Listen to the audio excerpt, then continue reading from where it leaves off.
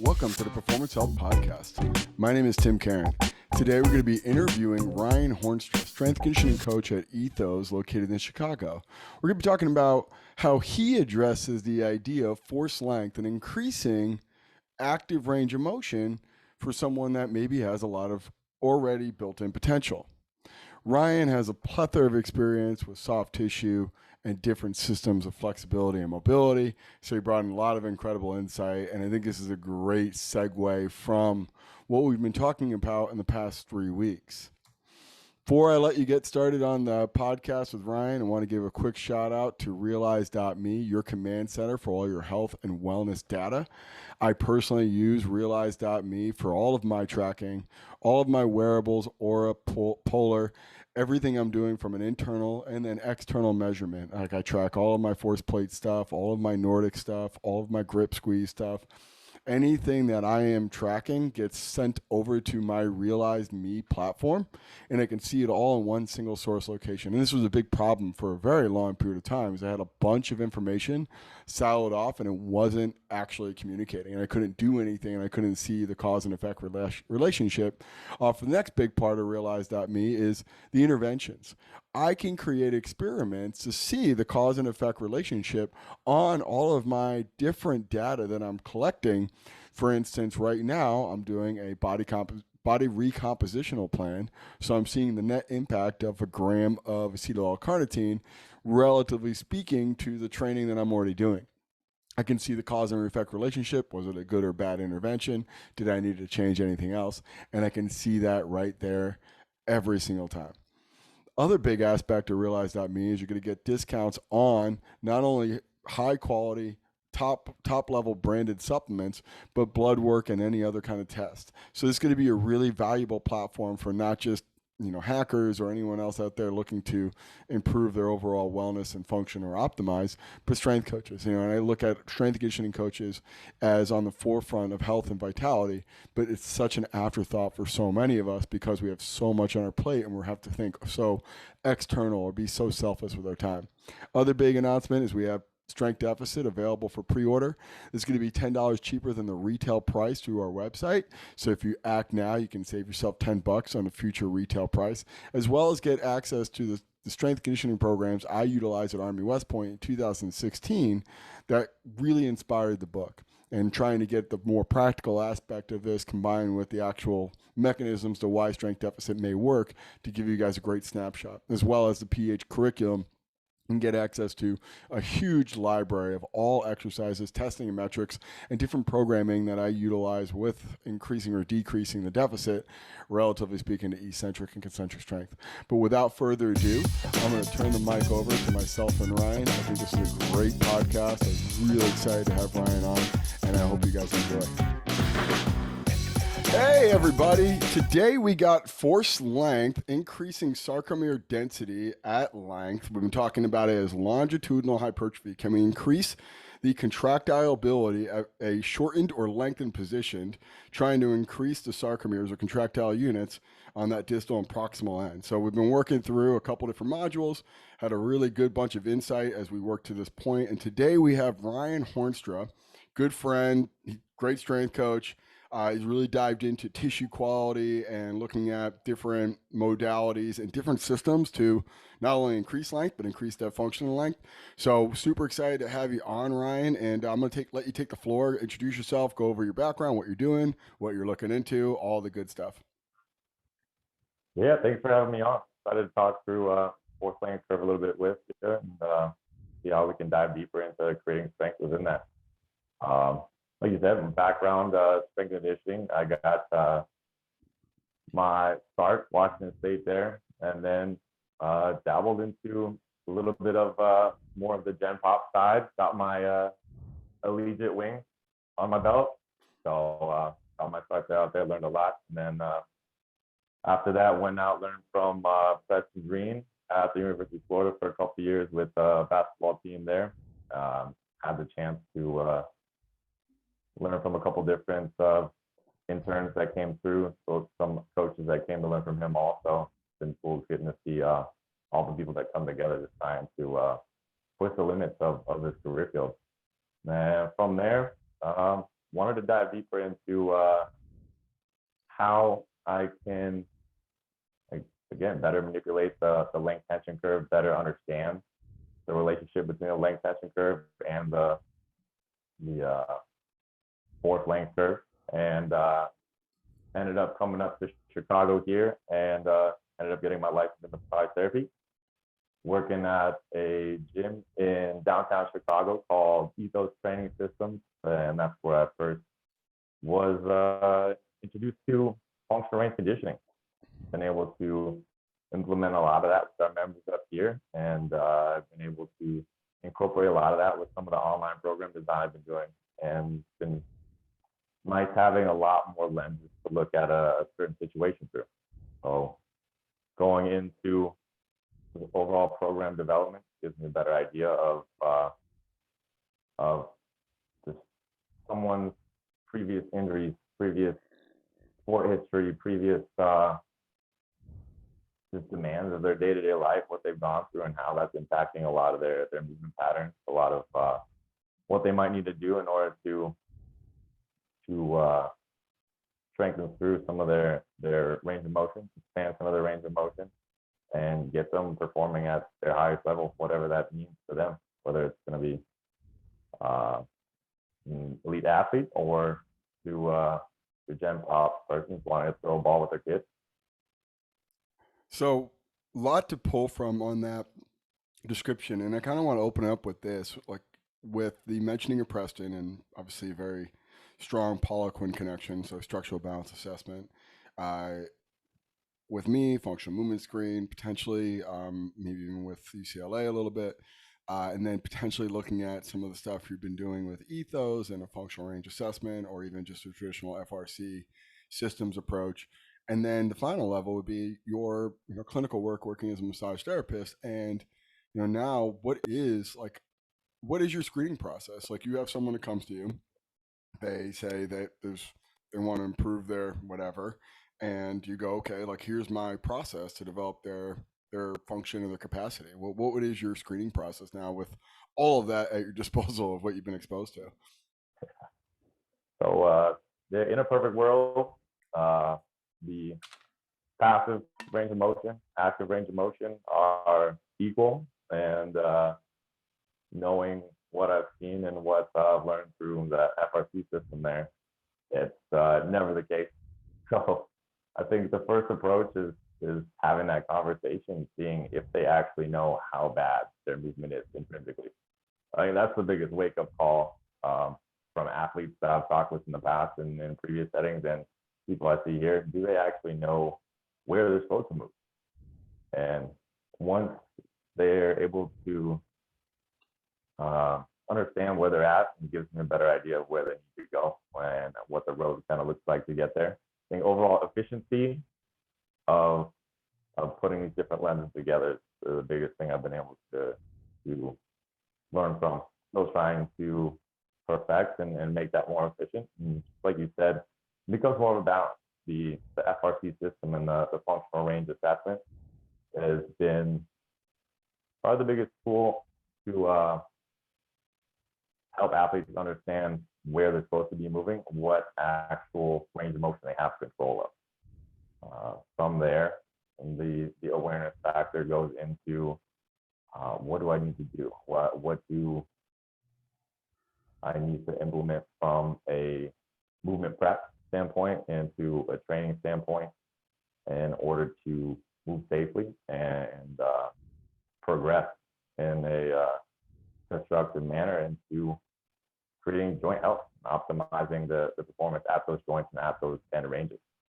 I think the functional movement screen is a better way to assess the actual movement patterns of those joints, how they're connecting, and that would be the next level off of that, being able to toss in some of these movements from and corrective exercises from the FMS system into an activation, so that we're in gen pop setting here at Ethos, and our screening process a little bit less technical than force plate and FMS system, and we're able to implement some of the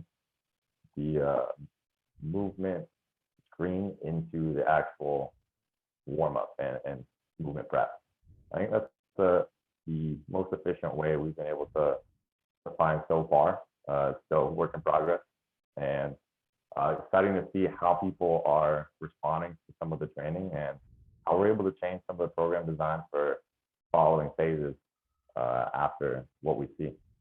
I know the actual training program and going into trying to implement more of the functional range conditioning system has been fun to kind of manipulate from a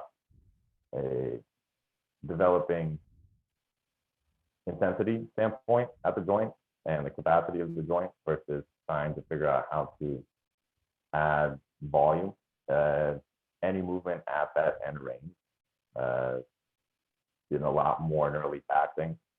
So it's been more of something we've been able to implement into the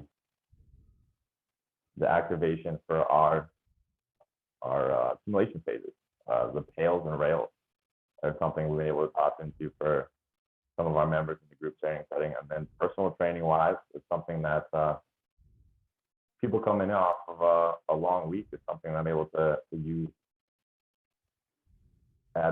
towards the end of the week. If they've been sitting around a lot of time under tension on specific muscle groups from sitting 8 to 10 hours a day.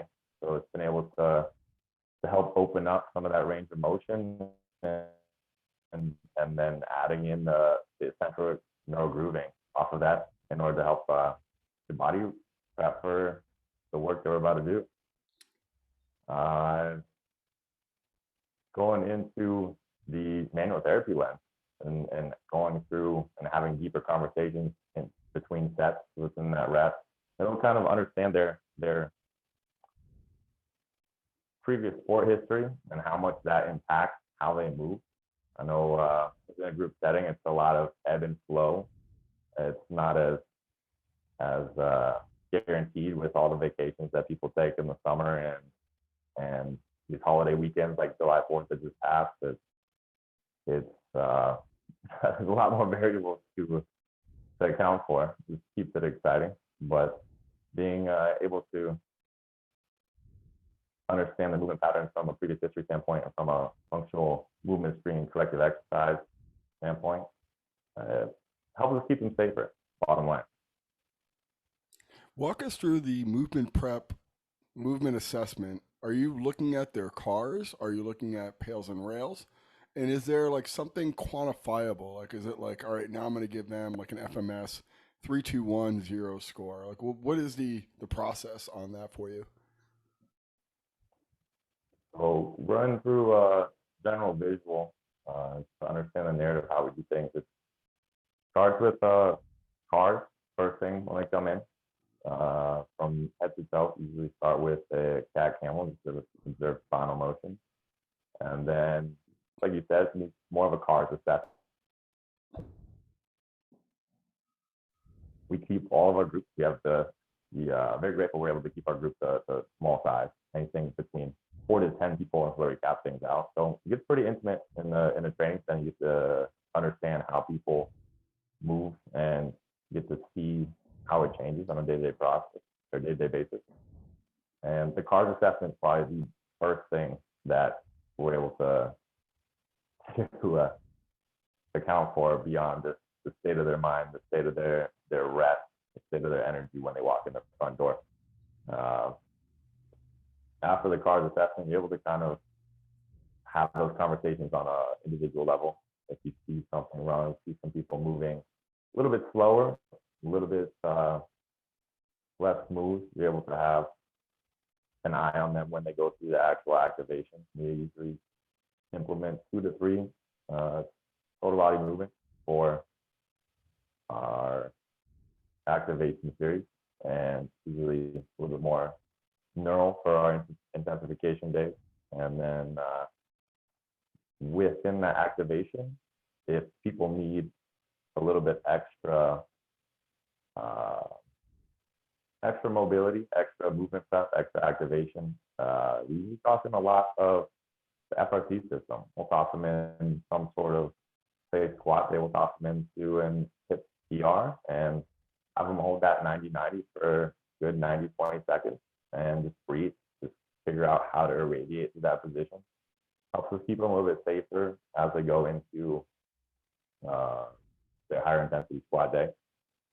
And then similarly on upper body, we'll do a little bit more of an isolation exercise. It's more of a shoulder and overhead press, vertical press day. We'll toss in a little bit more trap, a little bit more of a trap 1 to 3, more like a prone swimmer. We're just trying to let their body know that it's supposed to move overhead. With a lot of the people that we work with, a lot of them sit at a desk, and a lot of them are pretty much in a constant fixed position throughout their day. So the opportunities they have to get their arms overhead and get their mid and low back engaged are minimal. I think being able to, again, give them that awareness that their body's supposed to move there initially gives us a lot safer range of motion, safer movement pattern when we start to load it up overhead or horizontally. So I get, and not to press here, but I really want to kind of get the diagnostic during the cars, because that's an active range of motion assessment. If you really think about it, what is the actual diagnose or the diagnostic that you're looking at? Is it, all right, they grimaced, they have pain, so 0? Is it they couldn't go through a full degree of articulation based off a joint, whether it's a hip, shoulder, ball and socket, so flexion, extension, abduction, adduction, and total external rotation, hinge, or like elbow and knee, like couldn't flex, extend, or internally, externally rotate? Or is it like ankle and wrist, where it couldn't flex, extend, ab, and adduct? Like, are you creating a like internal like measurement system of, okay, they had pain 0, okay, I can't do these exercises, or they couldn't get through the full degree of excursion based off the joint's function, so that means I have to do these almost lateralization during the movement prep of, though you mentioned, like 90-90. Less about like what you're doing, how you're doing it, I guess, is my big question in terms of how are you determining if there is a intervention needed during that CARS assessment? I think the biggest indicator that I've seen is their ability to irradiate to their entire body. So within that CARS assessment, if their entire body isn't isolating at one joint articulation, being able to see and observe where that motion is actually coming from, and what does that mean from a length, tension, and structural balance standpoint. What is actually doing the work that joint is supposed to be doing? And then that's where the conversation then follows there. What do we need to do to find and let the body know that is the compensation pattern, and that the irradiation needs to stay constant within the point of compensation. I think the level 2 CARs are one of the biggest things. The next step, being able to isolate and give the body an actual feedback mechanism from quadruped hip CARs or standing hip CARs with the PVC, then taking them over to the rack, actually lock them in on the rack and coach them up on how to brace through the floor, on how to activate through and isolate that one hip articulation to the femur. I think the biggest thing to keep an eye for is people's awareness of their body space, and then knowing what pieces of that kinetic chain may need a little extra assistance, a little extra activation based on where the compensation paths are coming from. Give an example. Let's look at a shoulder CAR. What are you looking at in terms of they're not a rating and they don't have awareness? Shoulder CAR, I'm mainly looking at their shoulder ability to stay square through the trunk, and then also looking at their position of their scapula, whether that is elevated or depressed as they try and rotate through the shoulder, through the glenohumeral joint specifically. How much of that compensation is coming from the actual scapula? And then the biggest thing is if their ribs end up flaring, if their inability to connect their upper body to their lower body in order to articulate through that one joint capsule. From there, we're able to, I think the most approachable way, especially coming off of COVID, people are a little bit wary of hands-on coaching. So using some yoga blocks, tap in, actually brace into their body and create tension, show them that it's okay and actually advantageous to create tension through their entire trunk. Actually lock down on the lat itself in order to get extra overhead range through the GH specifically. The actual breath itself, they're holding their breath the entire time. If the breath doesn't feel easy, then I think that's the final thing we try and lock in on beyond the shoulder rotation, not shoulder rotation, trunk rotation, and the flaring of the ribs. So with now you've kind of worked through your movement prep, you've kind of retested, you're looking at it now, getting into the training session.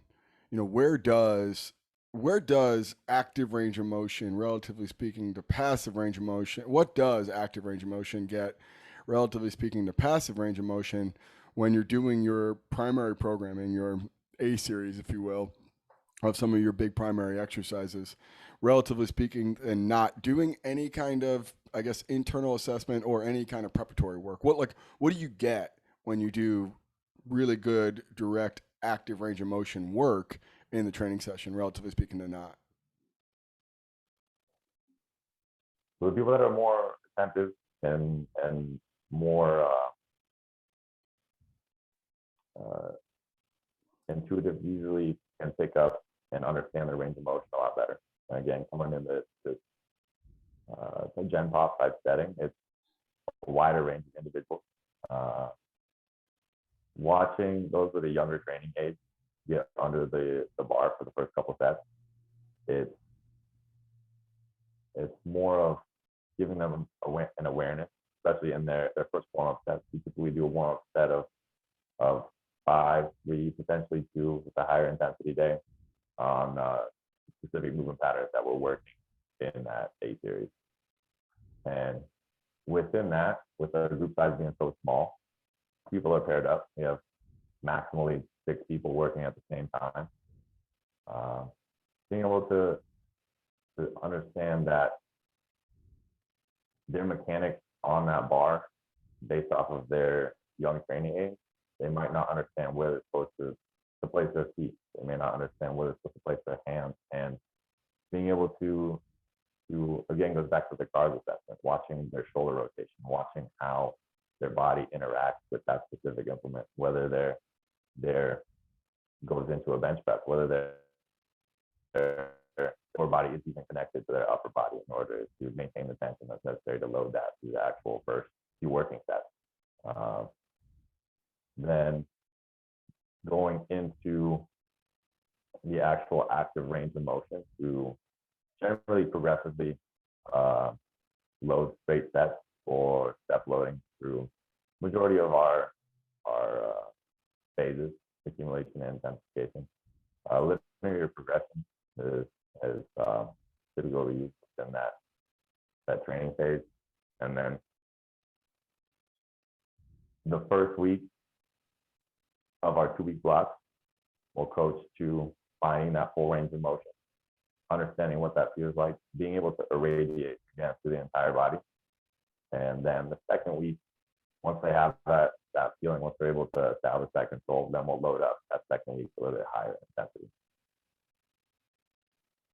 So in regards to now having more active range of motion, you're thinking when we get to the point where we are reaching the threshold of that muscle belly to create force through that range, there's going to be some unnatural compensatory action where they either don't have the stress strain relationship Hysteresis is the word that I'm thinking of. And now we have to come back and say, let's say that we're doing a traditional Poliquin style split squat or front foot elevated split squat with a lot of knee flexion. And we are taking that rec fem entire quadricep muscle through about as much length as you can possibly get it, relatively speaking, a more upright chin and 90-degree parallel, which kind of just gets a lot of sarcomeres in the middle of that muscle belly. You see this compensatory action where they're trying to offload the tension at that range by shifting your hips back. What is your frame of reference when you're going, okay, do I cue them here, or do I try to reverse engineer how to get more contractile tissue at that length so I can get at least the right machinery to do it? And I don't, this is kind of a chicken or the egg question, but um, the reality is we're all going to read this like rate limiting step from the sarcomeres or the length that we don't have, right? Either we don't have the length or we don't have the ability to generate force at that length. Hence, aberrant motion happens during movement patterns. What is your strategy there? Are you thinking, okay, like default to some sort of external cue, default to, okay, stop, let me do some sort of regression, stop, let me do some sort of modification where I'm focusing on some shortened range or lengthened range, contractile stuff and isolated setting? Like, what is your thought like there? How do you reverse engineer a pattern that's just not working? First thing first is from a triage standpoint, number one is how to keep them safe in the moment. So that typically is some sort of coaching cue to establish safer biomechanics under load. Then once I'm able to address that, then it's a bigger question of why. What in their movement history and their training history would elicit that response, and then what additional program design, what additional movement and corrective exercise needs to be implemented in following phases, if that's a common response from the group as a whole. Being able to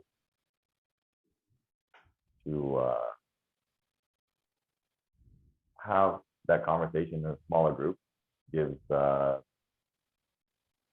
opportunity to understand what previous injuries they might need modifications for. Helps them kind of understand what their ability level is, what their body is capable of, what they might need to put extra work in towards, because it helps them understand that everyone's body doesn't move the same. I think that's an assumption that I made a lot as a coach, is that people knew that everyone's bodies didn't move the same. But coming in after, I can't remember how many years I've been in the shape, but being able to have that conversation and help them get that awareness has been the biggest thing. And then helping them understand what's going to happen if they don't do something about it. And this is what I'm seeing in your biomechanics. This is what I'm seeing in your movement pattern. And these are our options on how to approach it if you so choose. This is something where if we're not actively trying to improve our range of motion, improve our control through that force length curve, trying to balance out that passive and active range of motion, it's not something that's going to improve on its own. I think one of the most eye-opening things I learned in the past couple of years is from Simone Fortier, a fascial manipulation seminar that I attended up at Spear, and talking about how fascia every night creates a new essentially like a web to hydrate itself. And if we don't bring our body to a full range of motion following morning, that web stays. And the next night, over time, it ends up creating adhesion. And once they've traveled so far down that road, you, again, looking at the different lenses, different systems that we can implement from FRC standpoint versus a manual therapy standpoint. What do they need, and what do they need to invest their time into in order to get the health and performance that they're looking for? What hands-on stuff, whether it's some sort of external tool or some sort of direct pressure or tack and release or active release, uh, manual therapy, have you utilized that you thought has made the biggest change in terms of creating, I guess you can go either passive or active range, but creating some sort of better end range or passive range control at some of these deeper articulations of these joints? Like, is there any hands-on tool? I remember Charles talking about, and it was definitely a plug of gua sha as a really good tool to open up the fascia at some of these underdeveloped parts of the muscle group because the fascia is restrictive, and it gives the, I guess, the opening of that space to allow for more sarcomere development. Um, any methods or tools that you've utilized that you thought have like been really helpful in that regard? I've definitely implemented some fast abrasion technique in gua sha. I think timing and timeline of when you want to see these results is the biggest thing to consider. I think that's a pretty invasive method. Definitely works. Definitely gets the job done. It's more of how do the biomechanics change, and how do we regain control and over that range that we just opened up the fastest. More gradual if timing isn't a constraint. Love the simplicity of myofascial release, a lot less invasive, but it also takes a little bit more time to implement. FR and ART, again, from a continuum of more invasive, less invasive. I think functional range release will be one step more invasive and more aggressive than that myofascial release. And then going into your ART, being able to see the immediate results, watching Preston do ART on some of the players' laps and their ability to get overhead range of motion pretty much instantaneously. Think how much time do you have, and then what your next steps? What are you using to train to that full range of motion? I think being able to implement the tails and rails instantaneously after is going to be beyond just the simplicity of cars. Tails and rails after you do some sort of manual therapy should be necessity. Again, it depends on how many lenses and what your scope of practice. I think being able to understand how the functional range conditioning system fits into again the length tension conversation, being able to load heavier within the strength conditioning setting, safer with more control to their range of motion, being able to implement more advanced protocols like 1 1/4 or isometric pauses in the bottom, being able to use accommodating resistance a lot sooner, and specifically after manual therapy. I think that's the general continuation functional range system, and then tossing in more accumulation through that end range. So with that being said, and let's get a little bit more granular on the soft tissue stuff because I think it'll help in terms of context. You do a functional range assessment, and for the folks out there who aren't familiar with this, is FRC's kind of overarching umbrella for their entire system, right? So if someone doesn't have passive range, that means they have some sort of neurological block. The Golgi tendon organs are responding to high amounts of tension and sending some sort of reciprocal inhibition to the antagonist muscle group, creating some sort of blockage on the opening angle side, right? Or muscle spindles responding, to length, and that's sending the inhibitory message to reciprocal and through reciprocal inhibitions, and Golgi tendon are going to respond into tension, and just sending some sort of afferent, efferent messaging system to cramp or get out of that position because it's no longer comfortable there.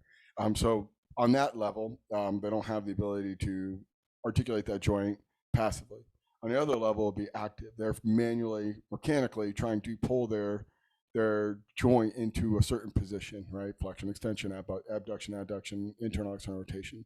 And that's more towards some of the mechanical tightness we're associated with that. So do we have, again, the contractile tissue at that range to create that passive range equal step, right? Can I get close or within proximity of that passive range?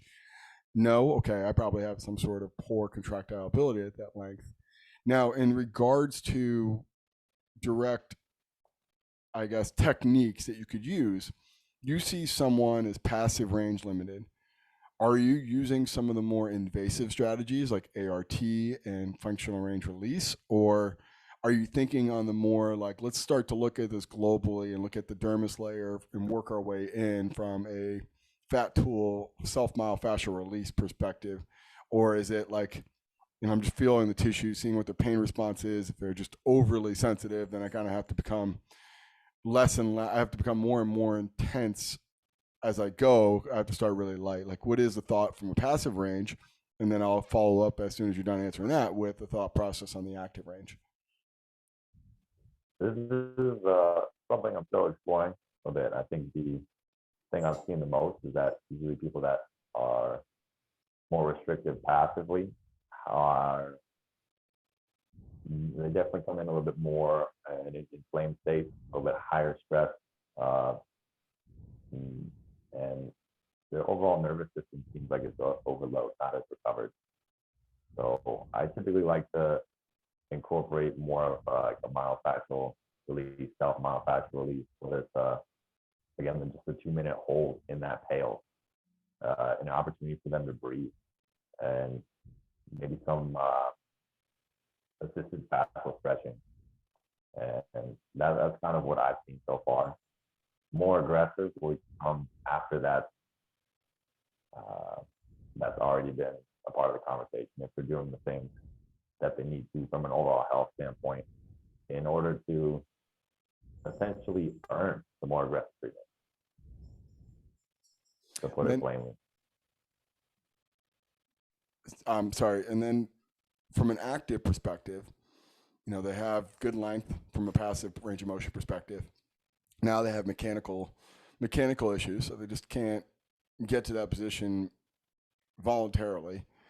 You're thinking now, what from a soft tissue or therapy perspective, like, is it now going into ART? Is it like now we can get a little bit more higher threshold, apply pressure to a specific, theoretically, adhesion, and trying to pull that thing into length?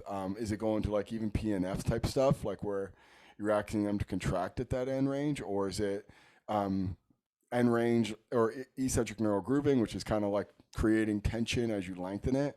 Like, what is the thought now there in terms of active range and some of the modalities that you have at your disposal?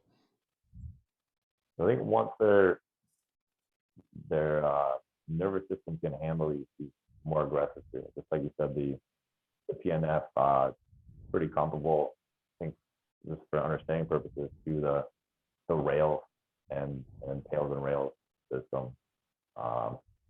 Being able to talk in more neurologically taxing movements from a mobility standpoint, those passive range holds, and then from, again, manual therapy standpoint, if the nervous system, again, isn't the underlying factor, it's more of an active range of motion, mechanical tension, then fascial bracing technique and the gua sha, something that's definitely making a comeback in overall pop health. I think people are getting an overall understanding of the effect it has on their body as a whole, more than just and joint training and biomechanically. I think the being able to, once we open up mechanically through manual therapy, being able to reconnect the dots essentially from a movement pattern standpoint, uh, going into the compound movement, being able to understand how to use the yielding isometrics and I think my favorite protocol to implement, especially with new people coming in, for them to figure out how to irradiate in that new range of motion, is the three-position pauses, three-position isometrics, being able to figure out how their body works in that space, time to understand how to breathe, understand how to connect the lower body to the upper body. Okay, awesome, man. So let's get a little case study in there. Let's look at it from you have a hypothetical client come in, or it could be actually a literal one, depending on where you want to go with it. They are hypermobile. They've been doing yoga for years. They danced through high school, and they're incredibly capable from a passive range of motion perspective. They say to you that they want to get stronger, right? Very nebulous but poorly defined term in a lot of ways. What is your thought process from a initial screening or testing perspective, and then from a training perspective? Let's just say that they're going to come to your traditional plan of like 3 times a week, right? Whatever the standard is that you have them come in, and then what is the intra training cycle testing as well as the post test look like?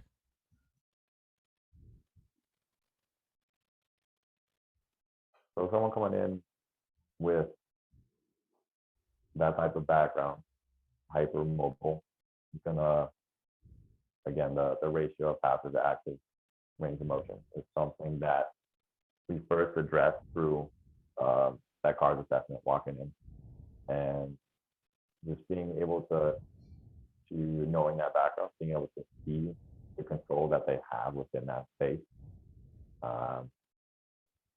Then from an activation standpoint, seeing their compensation patterns from their previous athletic history, seeing and understanding, being able to have a conversation with them about previous injury, what might flare up, when does it flare up, and then understanding the specific movements within that program of the day, whatever it's upper, lower. Typically, we try to push that type of athlete more towards the total body, unilateral based body composition program. To understand their work capacity, particular work capacity, and their ability to maintain control and that irradiation factor through their full range of motion. Most people, I think, especially within this setting, kind of blessing that people just getting into fitness or people that are coming off of COVID are a little bit more intimidated by strength movements as a whole within our facility here. And then knowing that their confidence in their movement pattern and their overall physical health, being able to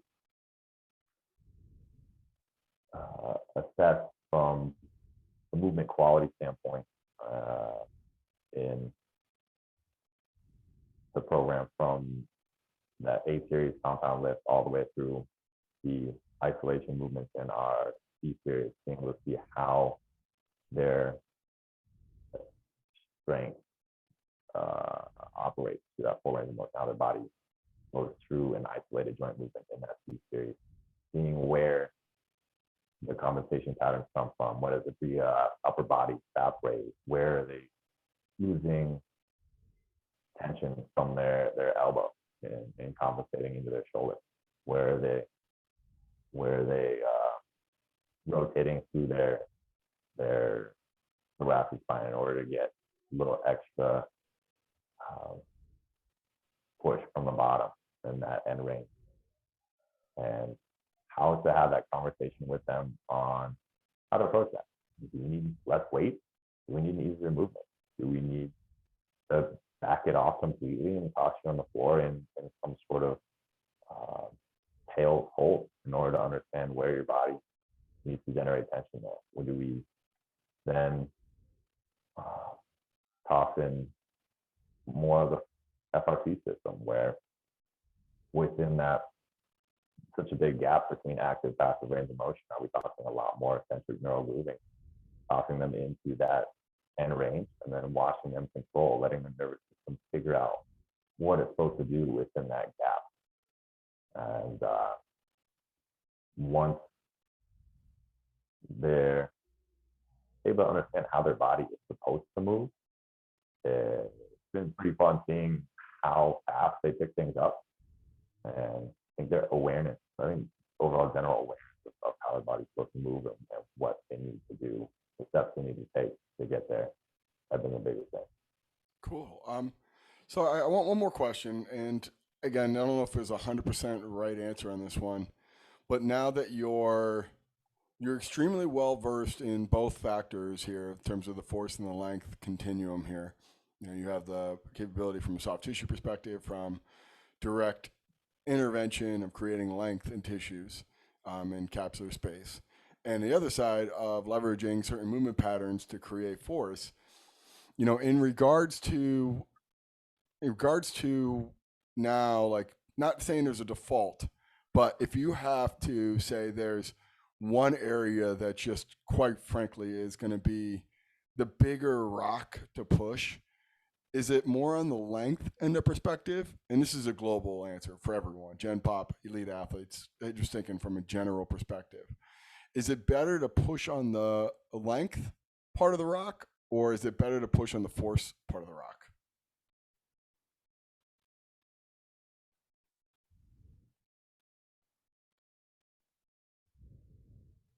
Global answer for all athletes. Everybody, the world, Homo sapiens. The force and being able to generate force and closing the gap between that passive and active, being able to generate force within that range of motion. I disagree. I absolutely disagree. I think it's great, though. I think that's kind of the point of why we bring in other people. And my rationale is very simple, is that it's chicken or the egg, but it's fractal. It's fractal based off the idea if you don't have the length, the force doesn't matter. If you have the force and you don't have the length, it's going to be a bigger problem. You know, and I look at it from, you're limited from what you can essentially do in that shortened range to a very select few things. If you have the length, you can, in theory, have better potential to improve force at greater degrees of excursion.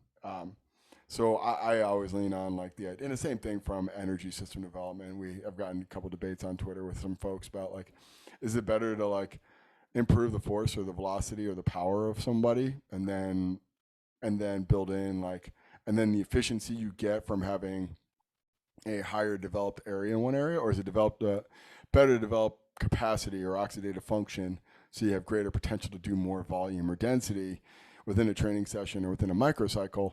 I think capacity, so length and capacity are foundational for force at greater lengths, and then foundational for, more phosphagen related things, and the ability to recover from that.